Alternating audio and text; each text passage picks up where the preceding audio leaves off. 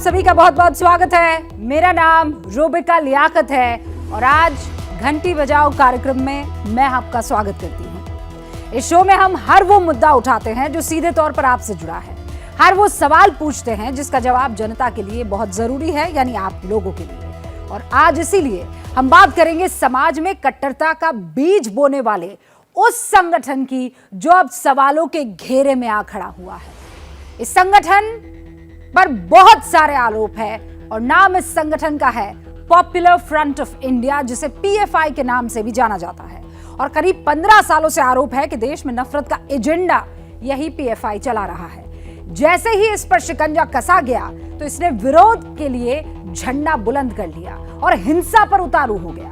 दरअसल कल देश भर में आप जानते हैं पीएफआई के अलग अलग ठिकानों पर अलग अलग राज्यों में एनआईए की छापेमारी हुई और उसी के खिलाफ आज इस संगठन ने केरल में बंद बुलाया। लेकिन बंद के दौरान जमकर तोड़फोड़ हुई, जिसे केरल हाई कोर्ट ने भी गलत कहा है। अब सवाल यह है कि क्या वो वक्त नहीं आ गया है जब देश के खिलाफ साजिश रचने वाले इस संगठन पर पूरी तरह से बैन लगा दिया जाए।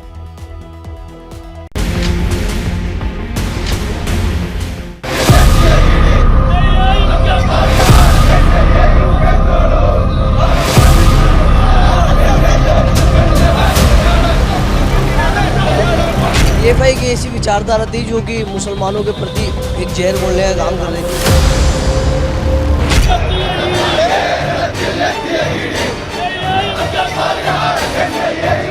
देश की बात करना चाहिए, फिजूल की बात अपने को करने से क्या मतलब।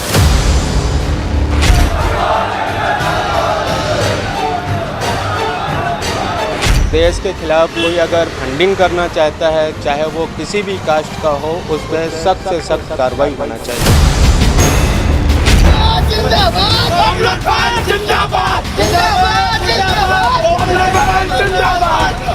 अगर कोई गैर कानूनी गतिविधि सरकार को नजर आती है तो वो अपनी कार्रवाई पूरी कर सकते हैं।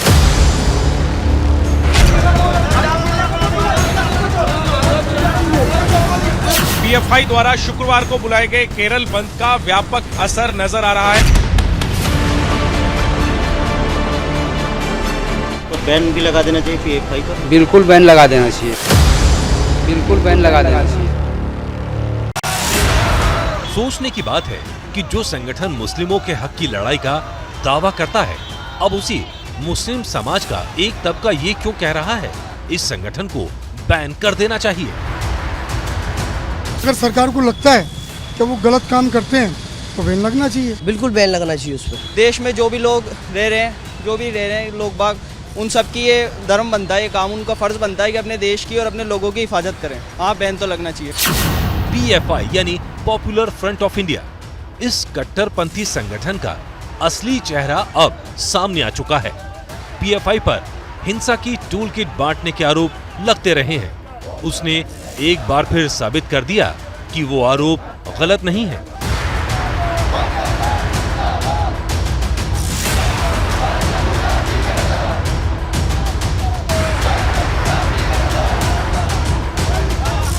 केरल और तमिलनाडु से आई तस्वीरों ने इस बात पर मोहर लगा दी है कि पीएफआई नाम का संगठन सिर्फ और सिर्फ हिंसा का रास्ता ही जानता है।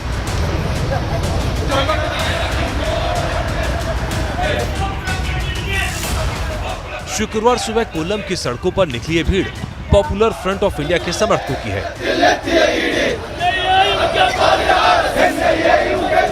जांच एजेंसियों की छापेमारी के विरोध में बुलाए गए बंद को सफल बनाने के लिए इन लोगों ने पहले तो पैदल मार्च निकाला, लेकिन कुछ ही देर में ये भीड़ हिंसा पर उतर आई, जिसका सबूत है ये तस्वीरें।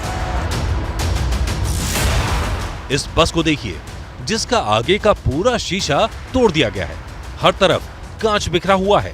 इस बस को तब निशाना बनाया गया जब वो बस स्टैंड पे खड़ी थी। जाहिर है उपद्रवियों का मकसद ये संदेश देना था कि बंद के दौरान अगर कोई गाड़ी सड़कों पर नजर आई तो उसका यही हाल किया जाएगा, और यही हुआ भी। देखिए तिरुवनंतपुरम में इस ऑटो का क्या हाल किया गया। पीएफआई से जुड़े लोगों ने बंद के नाम पर सड़क पर चल रहे ऑटो पर लाठी डंडों से हमला कर दिया। सिर्फ ऑटो ही नहीं, प्राइवेट गाड़ियां सड़कों पर चल रही थी, उन्हें भी निशाना बनाया गया। देखिए इस कार का साइड मिरर और एक शीशा तोड़ दिया गया। कोची में सरकारी बस के साथ भी यही हुआ। बंद के दौरान बसों पर हो रहे ऐसे ही हमलों के डर से अलुआ में एक बस ड्राइवर हेलमेट पहनकर बस चलाता नजर आया। इस ड्राइवर को ये इसलिए करना पड़ा क्योंकि इस इलाके में जगह जगह पथराव की खबरें आ रही थीं।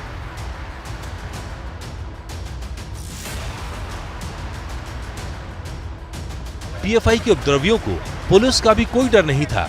देखिए कैसे ये लोग पुलिस की मौजूदगी में गाड़ियों को जबरदस्ती रोक रहे हैं। यही नहीं, इन लोगों ने हर उस दुकान को निशाना बनाया जो खुली हुई नजर आई। इस दुकान में किस तरह तोड़फोड़ की गई है जरा देखिए। सारा सामान बिखरा हुआ है। ये पूरी भीड़ गुंडागर्दी पर उतर आई। पुलिस के रोकने के बावजूद ये लोग एक शोरूम के अंदर घुसने की पूरी कोशिश करते रहे। लगभग पूरे कोची में बंद के नाम पर पुलिस और उपद्रवियों के बीच इस तरह की झड़प होती रही। एक दिन पहले ईडी और एनआईए की बड़ी कार्रवाई के बाद पीएफआई द्वारा शुक्रवार को बुलाए गए केरल बंद का व्यापक असर नजर आ रहा है। हम कोच्चि से सटे अंगमलाई इलाके में हैं और यहां पर ज्यादातर दुकानें बंद नजर आ रही हैं। इक्का दुक्का दुकानें खुली हुई हैं, वरना ज्यादातर दुकानों के शटर बंद नजर आ रहे हैं। सड़कों पर आवाजाही भी आम दिनों के मुकाबले बेहद कम है।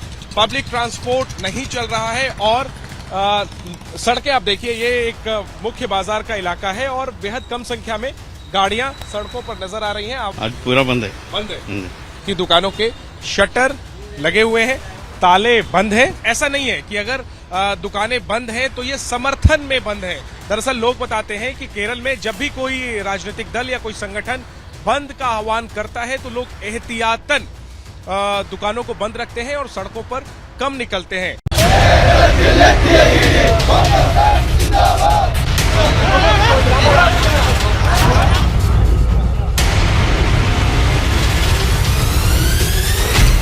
बंद और बंद के दौरान हुई हिंसा की तस्वीरें केरल के कई शहरों से आईं। कोट्टयम में तो पीएफआई कार्यकर्ता सड़क पर ही बैठ गए।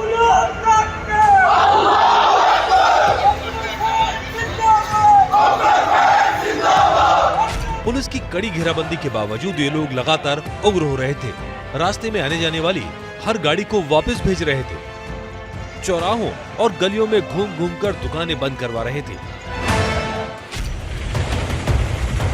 तमिलनाडु के कोयम्बटूर में तो बीजेपी के दफ्तर के पास पेट्रोल बम से हमला किया गया।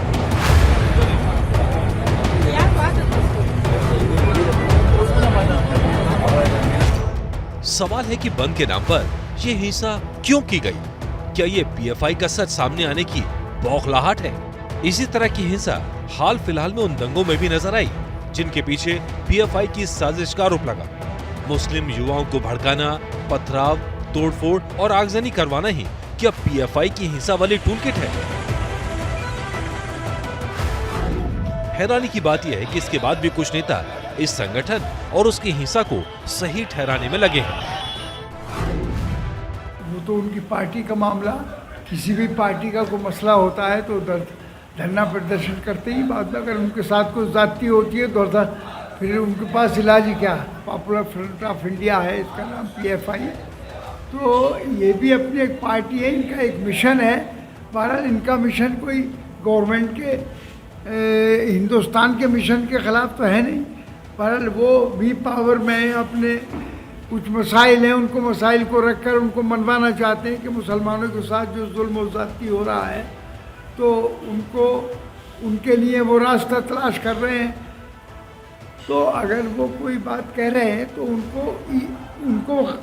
उनको गद्दार क्यों समझा जा रहा है उनको? दरअसल पिछले कुछ दिनों में जिस तरह पीएफआई का कच्चा चिट्ठा सामने आया, उसके बाद से ही सरकार ने इस संगठन पर शिकंजा कसने की तैयारी कर ली थी और इसी कड़ी में 22 सितंबर को देश के 15 राज्यों में छापेमारी की गई। पीएफआई के खिलाफ अब तक के सबसे बड़े ऑपरेशन को अंजाम देने के लिए एनआईए और ईडी के 500 अफसरों ने 96 ठिकानों पर छापेमारी की। इस दौरान बड़ी मात्रा में दस्तावेजों की बरामदगी के साथ साथ पीएफआई से जुड़े 100 से ज्यादा लोगों को गिरफ्तार किया गया। पीएफआई पर इतनी बड़ी कार्रवाई की नौबत इसलिए आई क्योंकि एनआईए को मिली जानकारी के मुताबिक कर्नाटक, केरल, तमिलनाडु और हैदराबाद में आतंकी गतिविधि बढ़ाने के लिए टेरर फंडिंग की बात सामने आई। ये भी पता चला कि कुछ राज्यों में बड़े स्तर पर ट्रेनिंग कैंप लगाए गए, जिनमें हथियारों को चलाने की ट्रेनिंग के साथ साथ मुस्लिम युवाओं का ब्रेन वॉश किया जाता था। और छापेमारी की सबसे ताजा वजह थी जुलाई में फुलवारी शरीफ में पकड़ा गया वो आतंकी मॉड्यूल जो अगले 25 सालों में भारत को मुस्लिम राष्ट्र बनाने के एजेंडे पर काम कर रहा था। जांच एजेंसियों की छापेमारी और पीएफआई से जुड़े लोगों की गिरफ्तारी के बाद ये आरोप और पुख्ता होते नजर आ रहे हैं कि पॉपुलर फ्रंट ऑफ इंडिया नाम का संगठन भारत के खिलाफ साजिश रचने में सीधे तौर पर शामिल है। पुलिस के सूत्रों के मुताबिक लखनऊ से पकड़े गए वसीम के पास से एक लैपटॉप, 3 मोबाइल फोन, एक डायरी और बैंक की पासबुक मिली है। पुलिस को उसके लैपटॉप से कई अहम जानकारियां मिली हैं, जिसमें कट्टरपंथ को बढ़ावा देने वाला साहित्य भी मिला है। इतना ही नहीं, सोशल मीडिया के जरिए पुलिस को पता चला है कि उसने कई पोस्ट धार्मिक भावनाओं को भड़काने वाली भी की हुई थी, जिसमें भारत को इस्लामिक राष्ट्र बनाने संबंधी पोस्ट भी थी।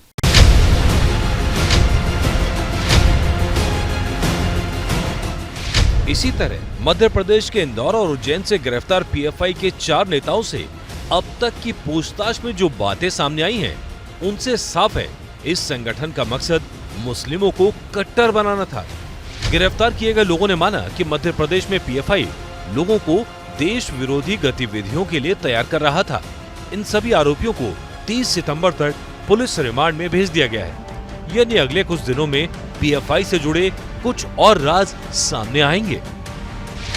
लेकिन चिंता की बात यह है कि नफरत का एजेंडा चलाने वाला ये संगठन इतने दिनों तक जो जहर फैला चुका है, जितने लोगों का ब्रेन वॉश कर चुका है, क्या वो पीएफआई के सच को देख और समझ पाएंगे? यही जानने के लिए हमने अलग अलग शहरों में मुस्लिम समाज के लोगों से बात की और ये पूछा वो पीएफआई को सही मानते हैं या गलत। तो जवाब सुनिए। तो पहले आरएसएस बंद करो, उसके बाद पीएफआई बंद करो। देश में उत्पाद मचाता है उन सब संगठनों पर कार्रवाई होना चाहिए, फिर पीएफआई क्यों? क्या कभी आरएसएस से कभी ये सवाल किया गया है कि कभी तुम्हारा फंडिंग कहाँ से आया है? जो कल कार्रवाई हुई है वो एक समुदाय को लेकर टारगेट किया गया है। इन बयानों से साफ है कि पीएफआई अपनी जड़ें जमा चुका है और इसीलिए जरूरी है अब इस संगठन का पूरा सच जल्द से जल्द सामने लाया जाए। केरल हाईकोर्ट कुछ समय पहले ही पीएफआई को चरमपंथी संगठन कह चुका है।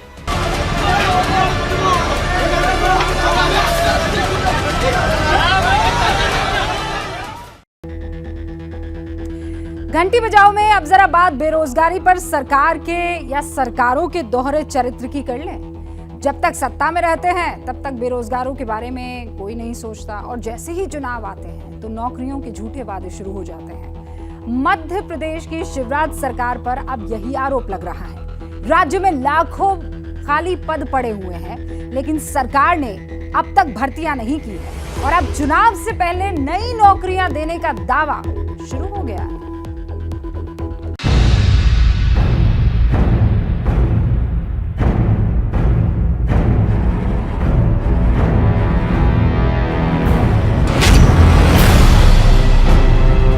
इस तस्वीर में जितना तंज है उससे कहीं ज्यादा दर्द है, वही दर्द जो किसी की मौत पर होता है।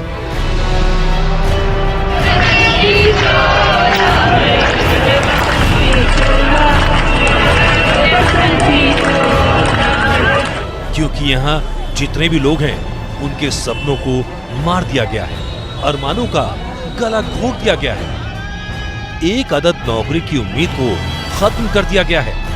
इसीलिए इन्होंने एक पेपर पर मध्य प्रदेश की भर्तियां लिखी, उसका प्रिंट निकाला, फ्रेम करवाया और फूलमाला चढ़ा दी। ये जो मध्य प्रदेश की जो भर्ती प्रक्रिया है, समस्त भर्ती प्रक्रिया जिसमें व्यापम पीएससी से लेकर वर्ग 1, 2, 3 सारी भर्ती प्रक्रिया वो सर एक अर्ती के रूप में हो गई और हम भी एक अर्ती के ही है। हम जीते जागते एक मृत है। सरकार ने हमें ये बना दिया सर। मध्य प्रदेश की शिवराज सरकार पर इतना गंभीर आरोप लगाने वाले ये सारे वो युवक युवतियां हैं जो किसी न किसी भर्ती परीक्षा पास कर चुके हैं, फिर भी बेरोजगार हैं, क्योंकि सरकार ने भर्तियों को लटका रखा है। हम पिछले 5 वर्षों से जो है गवर्नमेंट जॉब्स के लिए तैयारी कर रहे हैं, लेकिन अभी तक जो है हमें कोई भर्ती नहीं मिली है। मैं खुद पिछले 4 वर्षों से MPPSC की तैयारी कर रही हूँ। 2019 का मैंने मेंस दिया, मैं मेंस में पास हुई हूँ, इंटरव्यू तक पहुँची हूँ, लेकिन उसकी भी अभी तक कोई जो है स्थिति क्लियर नहीं हो पाई है। भर्ती प्रक्रिया पूरी करने की मांग को लेकर पूरे राज्य से आए युवा इंदौर में इकट्ठा हुए। यहाँ पिछले कई दिनों से इनका प्रदर्शन चल रहा है।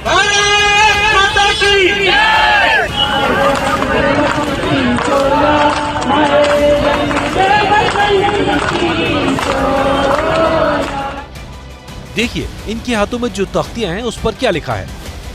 परीक्षा देकर रिजल्ट का वर्षों से इंतजार है। बधाई हो, ये मामा जी का चमत्कार है।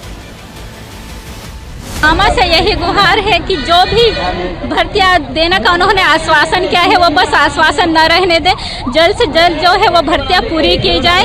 और बहुत शर्म के साथ कहना पड़ रहा है कि वो मामा मामा कहते हैं, लेकिन उन्होंने अपने भांजे भांजियों की स्थिति इतनी दयनीय कर दिए है कि वो मतलब न पढ़ पा रहे हैं सही से, ना है तो लोगों का सामना कर पा रहे हैं। नेशनल एजुकेटेड यूथ यूनियन के बैनर तले चल रहे इस सत्याग्रह में शामिल होने आई डॉक्टर आकांक्षा जैन से मिली। वो अपने 5 साल के बच्चे के साथ यहाँ आई। उनका कहना है परीक्षा पास किए सालों बीत चुके हैं, पर सरकार नियुक्ति देने को तैयार नहीं। 2018 में शिक्षक भर्ती परीक्षा हुई थी, जिसका 19 में एग्ज़ाम हुआ, 20 में रिजल्ट आया, वेरिफिकेशन हो गया, सब कुछ हो गया। इन्होंने पोस्टिंग 22,000 कुछ पोस्ट निकाली थी और 62,000 पोस्ट का शिवराज सिंह जी ने ट्वीट करके बोला था कि हम लोगों को नियुक्तियां दी जाएंगी, जिसमें से सिर्फ 18,000 को नियुक्ति पत्र दिए गए हैं। बाकी सब इंतजार कर रहे हैं। कभी परीक्षा तो कभी भर्तियों को अटकाने की सरकारी नीति के कारण मध्य प्रदेश में बेरोजगारों की संख्या बढ़ती जा रही है और साथ में बढ़ रहा है बेरोजगारों का गुस्सा, क्योंकि मध्य प्रदेश में अगले साल चुनाव है। इसीलिए शिवराज सरकार ने इस गुस्से को शांत करने के लिए चुनाव से पहले 1 लाख नौकरियां देने का दाव चला है। 2013 में जब चुनाव हुए थे उसके पहले ही बहुत सारी वैकेंसी, जिसमें MPSI, MP पटवारी, कांस्टेबल, ये सारी वैकेंसी निकली। इन वैकेंसियों को उन्होंने एक चुनावी मुद्दा बना दिया। चुनाव आएंगे उसके पहले ये एक वैकेंसी देंगे 500,000 पद की, उस वैकेंसी को हम छात्रों को भर देंगे लाइब्रेरी और कोचिंगों में। ये चुनाव अपने जीतते हैं, सरकार बनाते हैं और वापस से हमें 5 साल के लिए छोड़ देते हैं। और पिताजी कैसे हमें पैसे भेजते हैं हम जानते हैं सारी चीजें, पर सरकार नहीं समझ रही। माननीय मुख्यमंत्री जी हैं जो पिछले 3 साल से लगातार कह रहे हैं कि 1 लाख पदों पे भर्ती होंगी, लेकिन 1 लाख पदों पे क्या अभी तक मात्र अभी एक न्यूज़पेपर में आया था कि 5 से 10,000 पदों पे ही भर्ती हुई है और चुनाव का समय आने वाला है तो ये घोषणाएं हो रही हैं। ये सवाल इसलिए भी अहम है क्योंकि पहले भी सरकार ऐसा ही करती रही है और हकीकत यह है मध्य प्रदेश में फिलहाल 30 लाख से ज्यादा बेरोजगार हैं, जबकि राज्य के अलग अलग विभागों में 3 लाख से ज्यादा पद खाली पड़े हैं। इनमें से स्टेट कैडर के 1,01,958 पद हैं और जिला और संभाग के 2 लाख से ज्यादा पद खाली हैं। सिर्फ स्कूल शिक्षा विभाग में ही 45,767 पद खाली पड़े हैं, तो स्वास्थ्य विभाग में 14,313 पद खाली पड़े हैं। मेरे से एक ने बोला कि सरकार के पास इतना पैसा नहीं है कि भर्ती प्रक्रिया आगे बढ़ाए। विधायक खरीदने के पैसे हैं सरकार के पास, हर जगह सरकार गिरा देंगे उसके पैसा है। हमें आप सरकार बनाओ, 50 साल के लिए बनाओ, मतलब नहीं, लेकिन जो हमारी मांगे मूलभूत मांगे, हम क्या मांग रहे हैं आपसे। बेरोजगारों के इस गुस्से को विपक्ष भी हवा दे रहा है। 18 सालों बाद माननीय मुख्यमंत्री जी कह रहे हैं कि हम साल 1 लाख लोगों को हर साल रोजगार देंगे, तो इस आंकड़े को पूरा करने में 34 साल लग जाएंगे। तो इस तरह का भ्रम सरकार क्यों फैला रही है।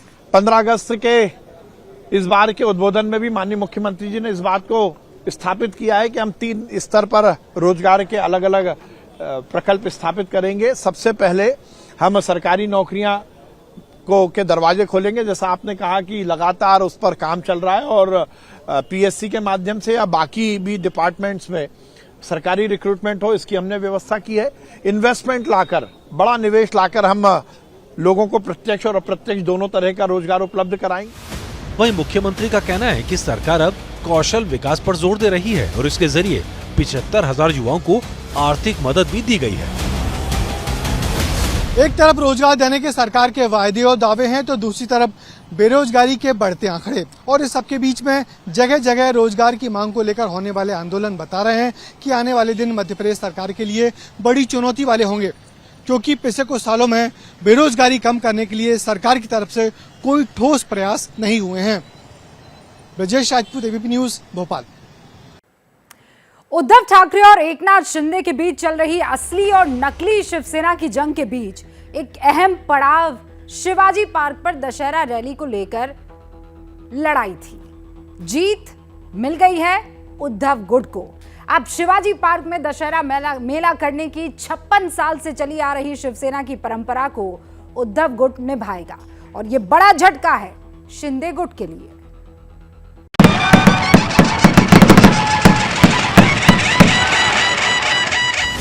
जिस मैदान ने 1966 में शिवसेना की पहली दशहरा रैली देखी, जहां गुजरे 56 साल से होता आ रहा है ये दशहरा मेला। दारूगढ़ भाई, दारूगढ़ में शिवाजी महाराज की श्रीमान उद्धवजी ठाकरे जिस दशहरा रैली के मंच पर ही बाला साहब ठाकरे ने अपने पोते आदित्य ठाकरे को राजनीति से परिचित कराया।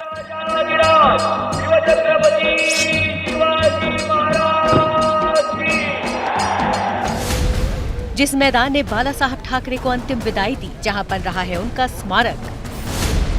जिस मैदान से उद्धव ठाकरे ने सीएम की गद्दी संभाली,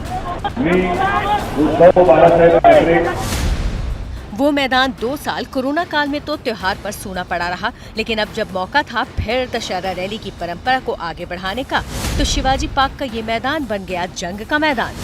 2 फाड़ हुई शिवसेना में दोनों गुट कर रहे थे दशहरा रैली के लिए इस मैदान पर अपना अपना दावा। देने का है तो यस बोलो, नहीं देने का है तो नो बोलो। नहीं दिया तो भी दसरा मेला जगह पे होने वाला है। अभी असली शिवसेना शिंदे की है, मैदान भी मिलेगा, धनुष्यबाण भी मिलेगा, सब कुछ उनको मिलेगा। लेकिन उद्धव गुट को आखिरकार मैदान मिल गया है।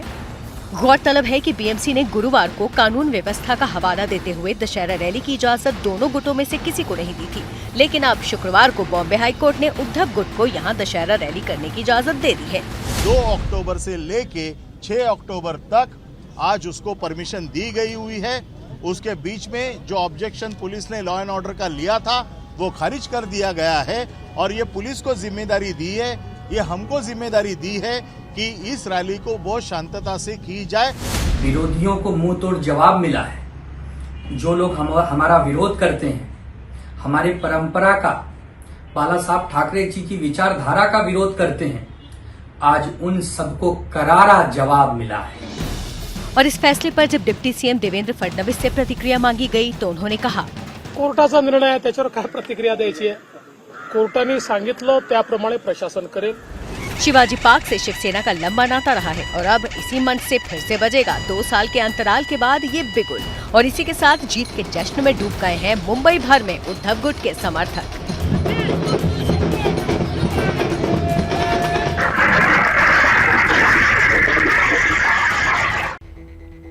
नवरात्रि का त्योहार देश के हर राज्य में मनाया जाता है, लेकिन इस पर्व को लेकर जो रौनक और उल्लास गुजरात में नजर आता है वो कहीं नहीं। 2 साल के लंबे अंतराल के बाद कैसे तैयार हो रहा है गुजरात, अलग अलग शहर में कैसे लग रही है रौनक, देखिए इस रिपोर्ट में।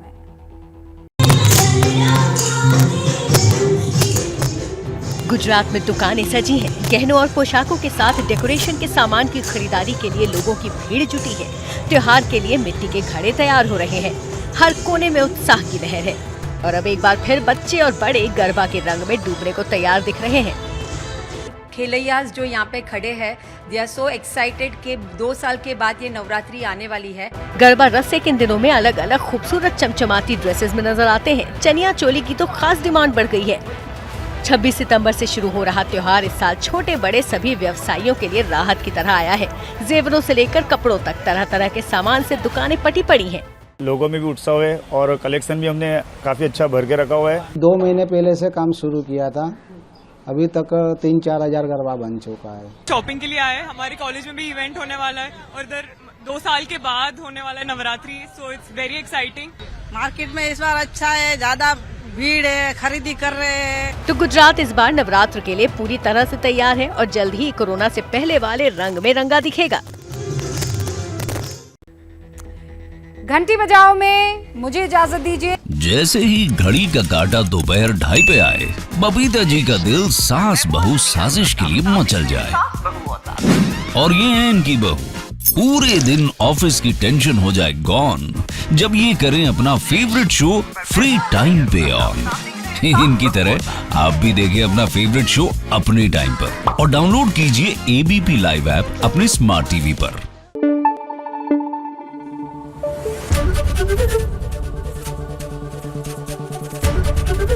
ABP न्यूज आपको रखे आगे।